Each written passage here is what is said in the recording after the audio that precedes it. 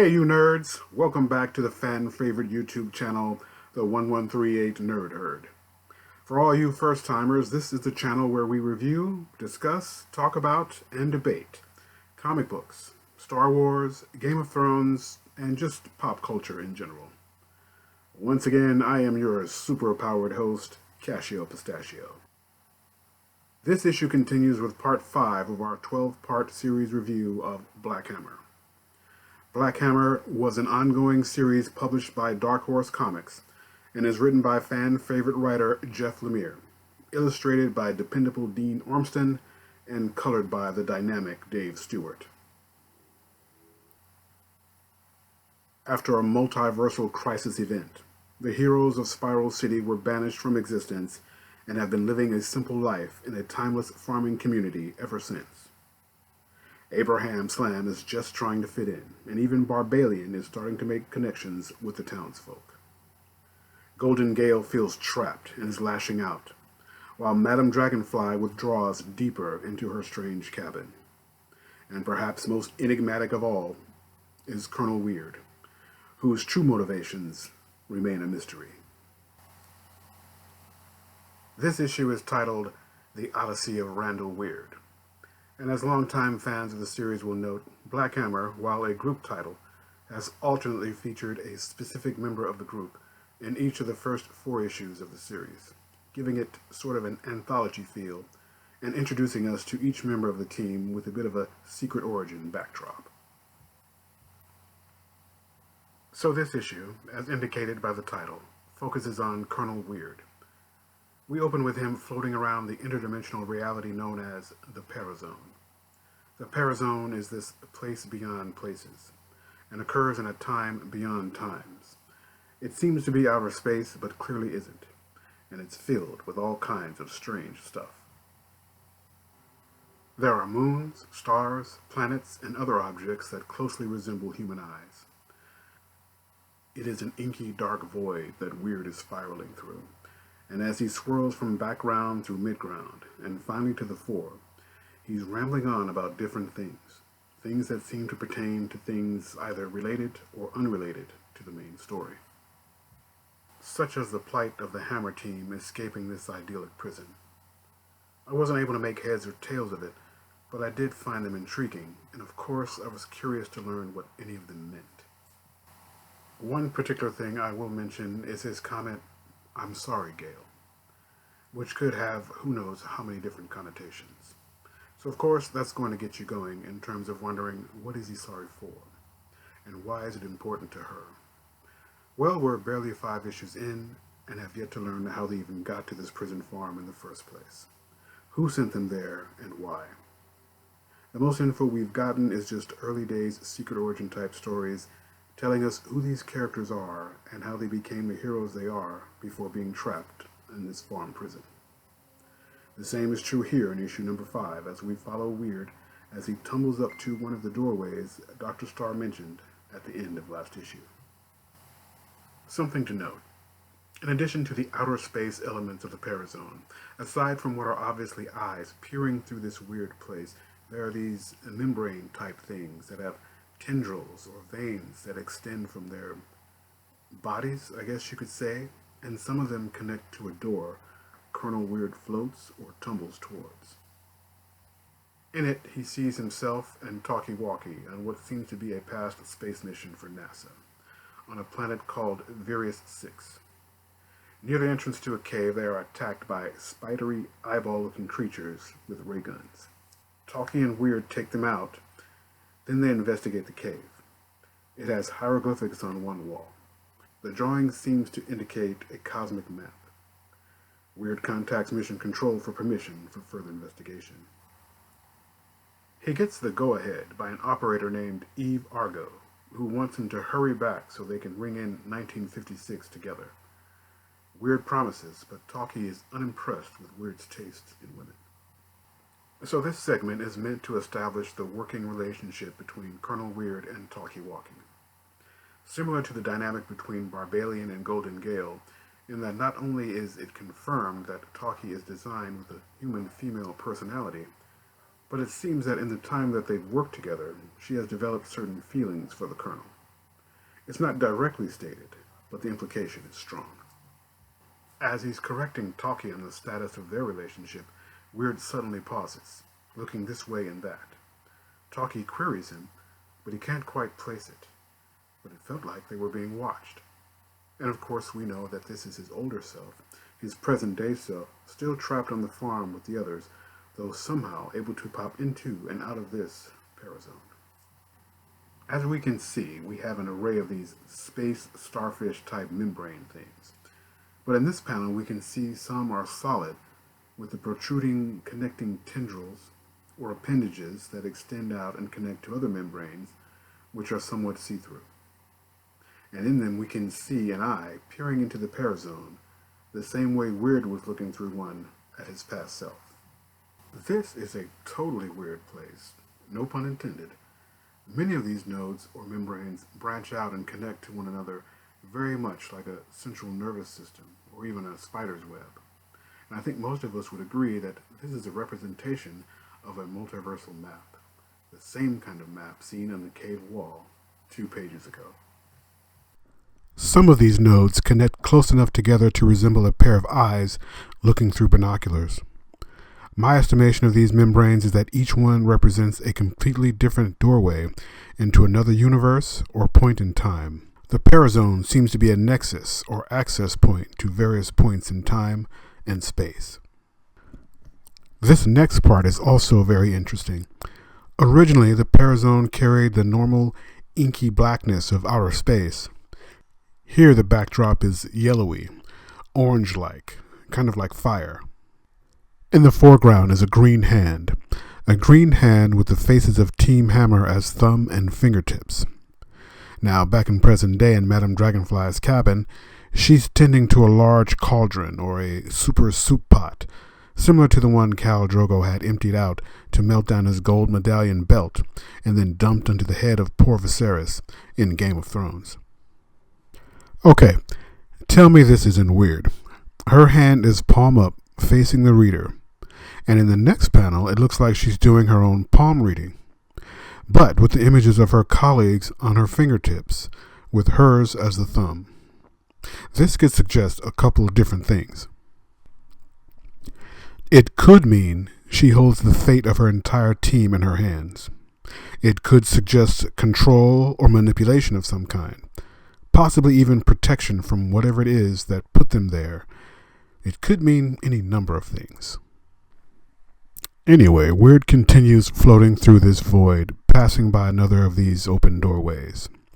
He's seeing into the past, there on the farm, and back around issue number 1 or 2, shortly after he popped up from the parazone through the kitchen, I think. It's the scene where he tells Dragonfly he doesn't like her cabin because there are too many rooms. Which is weird because the parazone has just as many, if not more, doorways, so I don't get Weird's issue here. Maybe it just reminds him too much of the parazone, and as it's clear he's having problems navigating through it, it just frustrates him more to see the same thing in Madame Dragonfly's home. He continues on, past an opening at the time Tammy visits the farm in the last issue. Another thing to point out, though, and I'm not sure it means anything, but in cases where he's looking into the world from the farm, the portals are shaped like actual doors. Whereas when he looked into the time when he visited Dragonfly's cabin, he was looking through one of the membrane things or nodes. So there are doorways that are the odd, biological-looking cells, and ones actually shaped like a door or doorway. He floats by one with an image of an African-American woman with low-cut hair, like a mini fro. She's saying she remembers. Now, obviously, we don't know what or who this is, but I'm guessing this is Lucy, the reporter searching for the Hammer team, or maybe her mother, or someone else we haven't met yet. And this could be in either the past, present, or future. Finally, this is with the Colonel saying he's almost there, but not quite yet. And we wonder where there is. Is it a doorway out of the parazone and back to Spiral City? Isn't that the most obvious conclusion? In some way, all the Hammers must want out of the peaceful prison, and Weird's no exception. But then again, things are too crazy and mixed up to make heads or tails of any of this. Judging from the different points in time and space accessible through the Parazone, I would say the Parazone is exactly the way it was described earlier. A place between places. It is a dimension in between the real world and the prison farm dimension.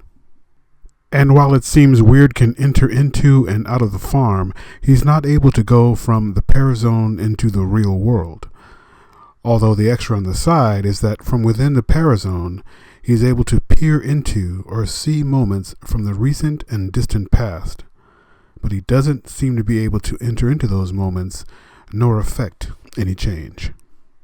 Thus, not being able to go back in time to warn himself or the others about what's going to happen to them.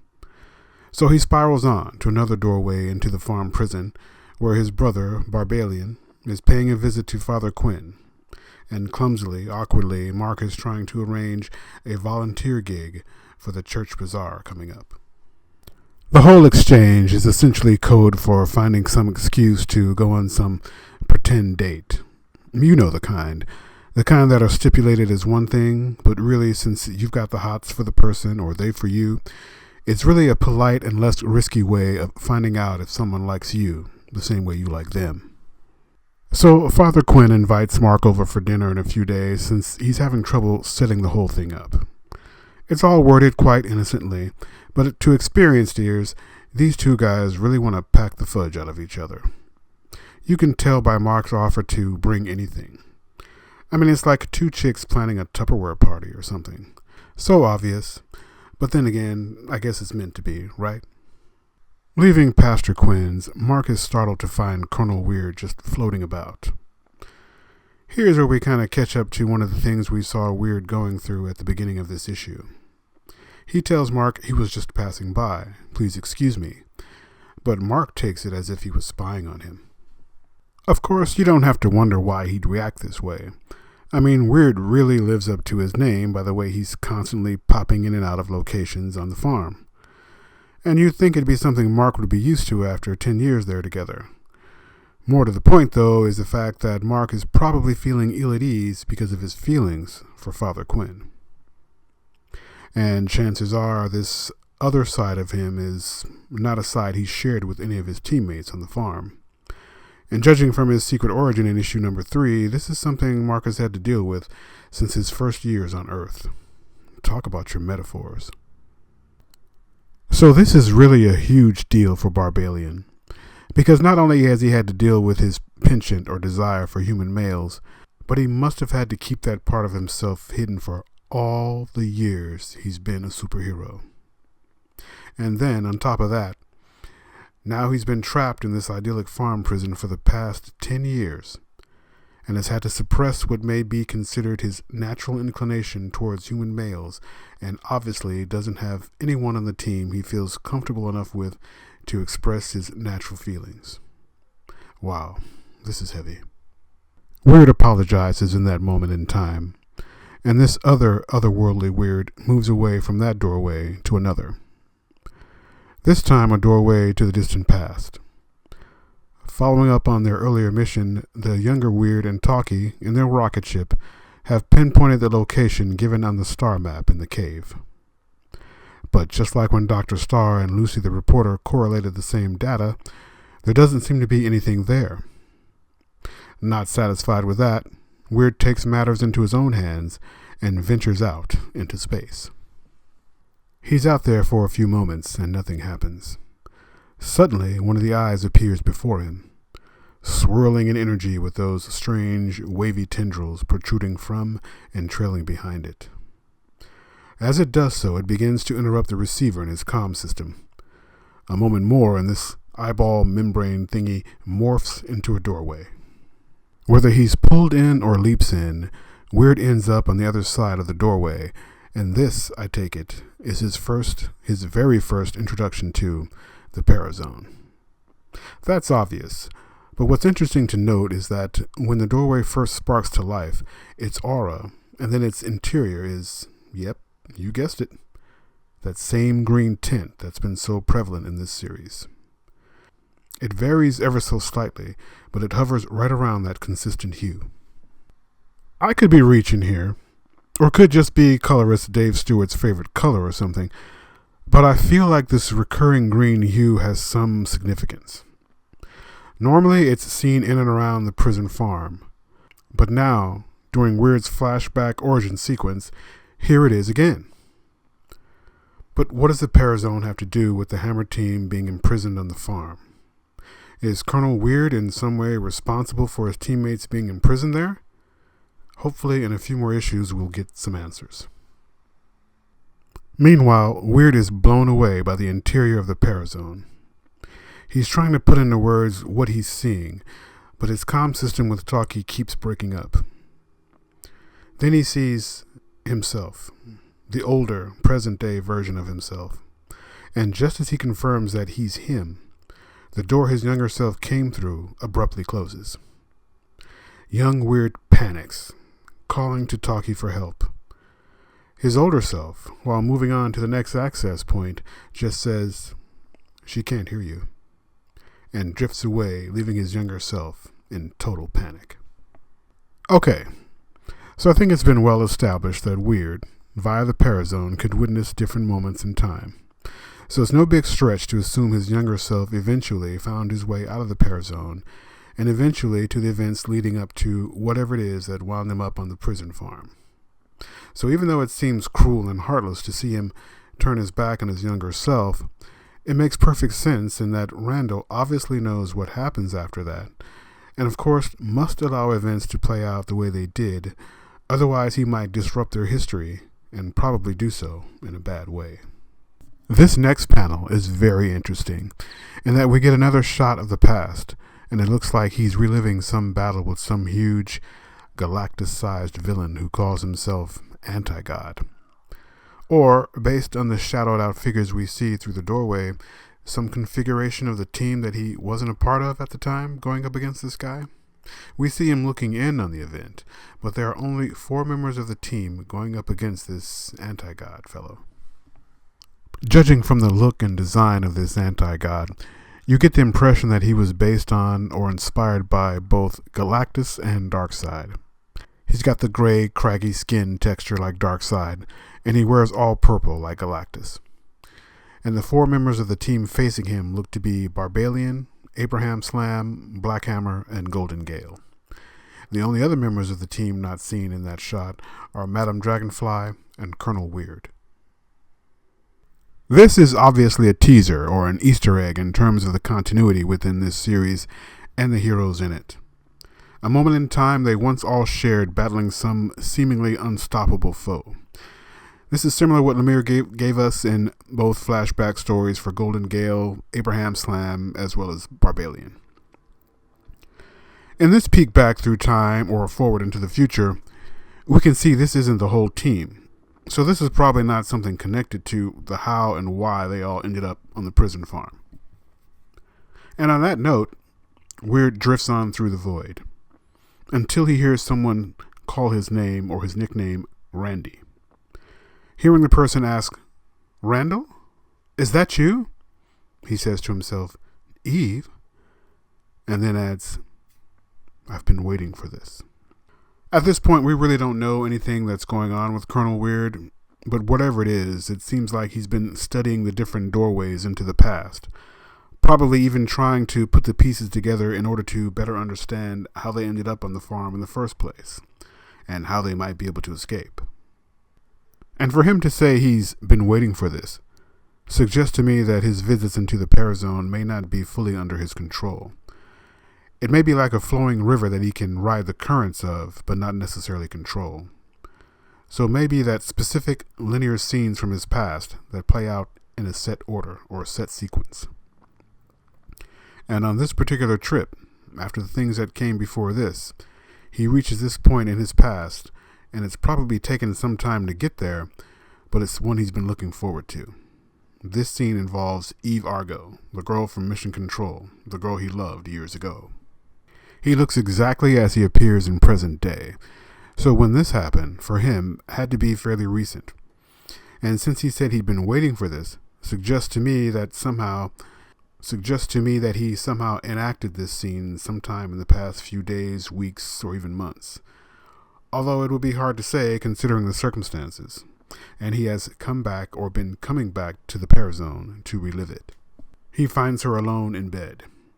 She can't believe her eyes, denying that he's even real. He assures her he is, but how? We all thought you were dead. It's 1964, 9 years since she last saw him. Assured it is really him, she tells him he left her alone and asks why he did that. He tells her he didn't mean to, and that he was lost, that he is lost. She doesn't understand since he's standing right in front of her. He's not, but he has to go. He has something he needs to do. She just can't believe it. He just got there. Why can't he just stay? He gives her one of the lines from earlier this issue. There's a design to it all, but I cannot manipulate it. I cannot change that design. I am as helpless to follow its curves and angles as you are. Here I'm wondering if he's talking about some aspect of their prison or something far beyond that, like life itself, the random unpredictability of it. I don't know. Pretty weird and cryptic. He begins to fade out. He tells her he loves her, and that he always will. And once again, Ormston's emotionally descriptive pencils show just how sad and dejected Colonel Weird is. And then, looking at the general makeup of the Parazone, in this issue, the things I call membranes are separate types of portals. In this sequence, they seem to be different pocket dimensions, each containing various sets of doorways to specific places in time. It could be some kind of collection or grouping of different universes, or generally a multiverse. It's difficult to explain, much less understand, which of course seems intentional at this point in the story. So Weird materializes outside one of the membranes or cells, a green one, there's that color again, and then appears to dive in. Inside he comes to one of the many doorways leading back to the Hammer prison farm, in this case leading into Golden Gale's room. Phasing up through the floor, he startles her. She gets on his case for popping up unexpected and uninvited, citing she could have been undressed. He says he knew she wasn't, but that isn't the point, obviously. He says he knows she wanted to talk to him about something, and he's come to find out what it is. She's shocked that he would even know that. He tells her it's hard to explain. And then Colonel Weird does something, well, weird. He points to the record player she was listening to. See how it spins? Around and around, like everything, like this moment. Is this a reference to time in general, or a reference to the Parazone, or to this weird prison farm they're trapped in? And the line, like this moment, suggests he's seen and rewatched this moment a number of times. Anybody else see it like that? Let me know in the comments below. But Gale doesn't get it, and even I don't get it, but he asks her again if she wanted to ask him something. She does. I've been asking myself, why haven't you tried to rescue us? Colonel Weird says he cannot. She brings up another point I'm sure all of us who've read the series to this point also caught on to. He can leave, so why doesn't he bring them home through the Parazone? But his answer's the same. I cannot. You would not survive the journey. None of you would. And then we get more insight into Colonel Weird's backstory and predicament as it relates to his fellow inmates. He says, I first entered the Parazone at a specific time and space that somehow made me able to survive. Even that took its toll on my mind. But Gale is desperate to try. She is willing to take the risk. She doesn't care if she dies, she just can't stay there anymore. And how does he know they won't survive if they don't try? But he did, once. Someone pleaded with him to be taken through, just like Gale now. He trails off and then tells her, I'm sorry. I can't. And then he begins to dematerialize. As he goes through the door, Gale shouts after him, there has to be a way. The next sequence serves as evidence of the truth of Colonel Weird's words, but it also gives a chilling Twilight Zone explanation as to just what Colonel Weird meant by they wouldn't survive. And it seems that Colonel Weird's thoughts, memories, or emotions are what lead him to various doors in the Parazone. and what he's drawn towards here is a truly terrifying visage. A woman, floating just in front of a glowing doorway, her eyes closed as if in peaceful slumber. But it is revealed that she's dead, as the topical layers of her body's skin, float gently in space, hovering just before her corpse. The musculature is still attached to her skeleton, but all of her vital organs float about in close proximity. Pieces of shredded fabric or clothing float about, some still clinging to her dead body, the remnants of what looks to be a spacesuit, identical to his own. There's even the domed fishbowl helmet he wears. And then we get the confirmation, as Weird travels to the doorway into the past, showing him and Eve Argo. She's suited up just like him. He's hesitant, but she's gung-ho, not wanting either of them to be alone. She wants to explore the Parazone with him. Watching the scene play out, the Colonel calls out, "No, Eve, don't do this. Not this time." And on the other side of the doorway, Eve is excited, while his other self experiences the strangest sense of deja vu. Unable to watch again, Colonel Weird turns away. Behind him, we catch a glimpse of Eve's face, eyes wide, blank. And present-day Colonel Weird ducks back through the Hammer's doorway, just as Eve screams in pain. He pops out just in front of the main house, above the porch where Abraham is sitting drinking a beer. Spotting the Colonel, Abe asks if he's okay. Obviously he asks because of the freaked-out look on his face, which is done quite well by artist Dean Ormston. Once again, he renders emotions with the best of them. He's no Will Conrad, Mark Brooks, or George Perez, but he's quite capable on Black Hammer. Weird lies, seemingly as usual, and Abe invites him to watch the sunset with him. Clearly a being of time travel, or a being of time, Weird says something else that's cryptic and creepy. The sunset. Yes. This is the most beautiful sunset I will ever see. How ominous is that? With all these hints and signs, I'm led to believe Colonel Weird has seen how this all ends, and is somehow caught in some kind of staggered time loop. Kind of like what he suggested to Gale with the record player, and he's not quite caught up with the actual present yet. I think that everything going on with Colonel Weird, the whole reason he spends so much time in the Parazone, is because he's trying to find a way off the farm and back to Spiral City. But of course, he's trying to find the one way that doesn't get them all killed.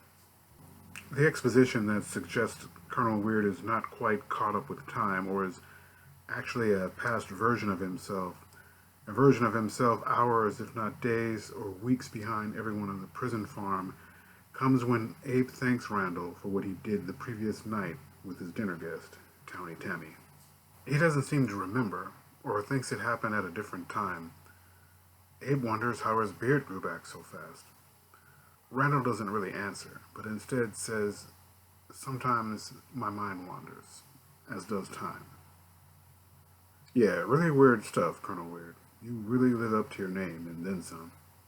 And that does it for the review of Black Hammer number 5, part 5 of the 1138's 13-part series review. Black Hammer is a Dark Horse Comics publication written by Jeff Lemire, drawn by Dean Ormston, and colored by Dave Stewart. And what an issue it was. Issue number 5 focused heavily on Colonel Weird, giving a bit of his backstory and secret origin. Lemire does an excellent job of balancing this issue with tidbits of Weird's backstory origin, with elements of the main plot being carried forward, while also sowing the seeds for potential future setups and payoffs. I don't know about the rest of you nerds, but this book has really got me intrigued, and I am loving what's going on in this story. So in thinking about all we've seen in this issue concerning Weird's origin, and how we see him traveling back and forth through the Parazone and the Hammer Farm, I got this thought, that as Colonel Weird seems so out of sync with the present, what if this Colonel Weird is from a further point in the future? A future that takes place many, many issues from now. And what if there is some kind of cataclysmic event in that issue that has such dire consequences that he has to dive into the Parazone in search of a means to go back in time and stop the horrific event from happening? What do you Hammerheads think? Why is Colonel Weir the only person, so far, that can travel in and out of the Parazone? Was Gale right? Could the Colonel at least be able to find the doorway back to Earth and maybe get help for the team? Let us know what you think. Leave your comments, questions, moans, and groans in the comments section below, and tell me your thoughts, theories, and ideas about this series so far, and on issue number 5 in particular. Feel free to hit that subscribe button, click that notification bell so that you can be among the first to know when the next episode is posted. Until then, keep reaching for the stars, but keep your feet on the ground. Take care, be safe, look after one another, and as always, have a good read.